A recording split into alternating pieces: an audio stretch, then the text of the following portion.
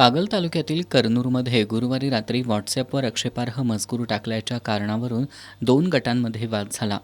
या वादाचं रूपांतर हाणामारी आणि दगडफेकीत झाले. गुरुवारी सायंकाळी 6 वाजण्याच्या सुमारास घडलेल्या या घटनेत 4 जण किरकोळ जखमी झाले.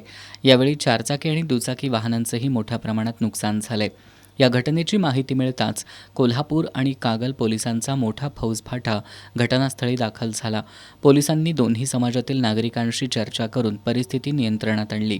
यावेळी गावात मोठा पोलीस बंदोबस्त तैनात करण्यात आला. दरम्यान गुरुवारी रात्री उशिरा दोन्ही समाजांनी एकमेकांविरोधात फिर्याद दिली.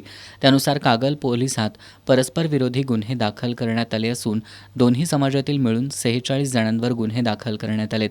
त्याचबरोबर बेकायदेशीर जमाव जमवून दगडफेक आणि मारामारी करून शांततेचा भंग केल्याप्रकरणी पोलिसांनी स्वतंत्रपणे गुन्हा नोंद केला असून अधिक तपास कागल पोलीस करतायत. शुक्रवारी उपविभागीय पोलीस अधिकारी सुजित क्षीरसागर यांनी गावातील दोन्ही समाजाच्या प्रमुख कार्यकर्त्यांची बैठक घेतली.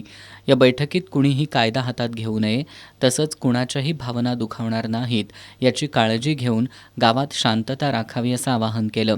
यावेळी जिल्हा पोलीस प्रमुख योगेश कुमार गुप्ता, अप्पर पोलीस अधीक्षक धीरज कुमार बच्चू, उपविभागीय पोलीस अधिकारी सुशांत शिरसाठ, स्थानिक गुन्हेन्वेषण शाखेचे सुशांत चव्हाण, कागल पोलीस ठाण्याचे निरीक्षक गंगाधर घावटे, मुरगुडचे पोलीस निरीक्षक शिवाजीराव करे तसंच करवीर विभागातील पोलीस अधिकारी घटनास्थळी उपस्थित होते.